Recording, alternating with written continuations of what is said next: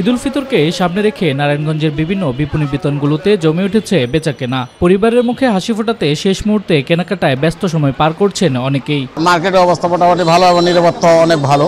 বাহারি ধরনের পোশাক সাজিয়ে বসেছেন বিক্রেতারা। প্রতিটি মার্কেটে ক্রেতাদের ভিড়ে হিমশিম খাচ্ছেন তারা।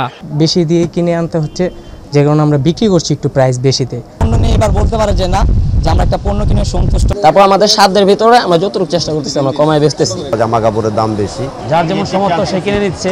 তৈরি পোশাকের দোকানগুলোতে সবচেয়ে বেশি ভিড় করছেন ক্রেতারা। পছন্দ মতো পোশাক কিনছেন তারা।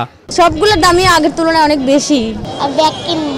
তবে জিনিসপত্রের দাম গত বছরের তুলনায় বেশি হয় নিজেদের জন্য না কিনে বাচ্চাদের শখ মেটাচ্ছেন অনেকেই।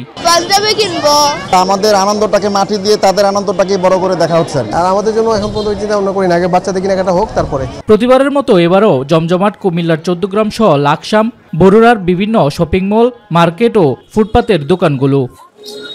সকাল থেকে মধ্যরাত পর্যন্ত ক্রেতায় সরগরম থাকছে মার্কেটগুলো, ফলে তাদের সামাল দিতে হিমশিম খেতে হচ্ছে বিক্রেতাদের।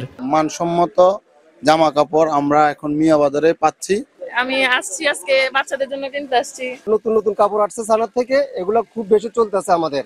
এবছরের ঈদের বাজার আনন্দ, নিরাপদ এবং সফলতার সাথে বেচাকেনায় স্বস্তির কথা জানান বিক্রেতা ও ক্রেতা উভয়ই। এখন বেচাকেনা দিন দিন বাড়তেছে, কোনো ঝামেলা নাই ইনশাআল্লাহ। সব মিলে ভালো চলতেছে, অনেক কাস্টমার আসে আর ইনশাআল্লাহ বাজারে পরিবেশ ভালো। এবছর ব্যবসা বাণিজ্য ভালো, আইন শৃঙ্খলা পরিস্থিতি স্বাভাবিক রয়েছে বলে জানান ব্যবসায়ী নেতা।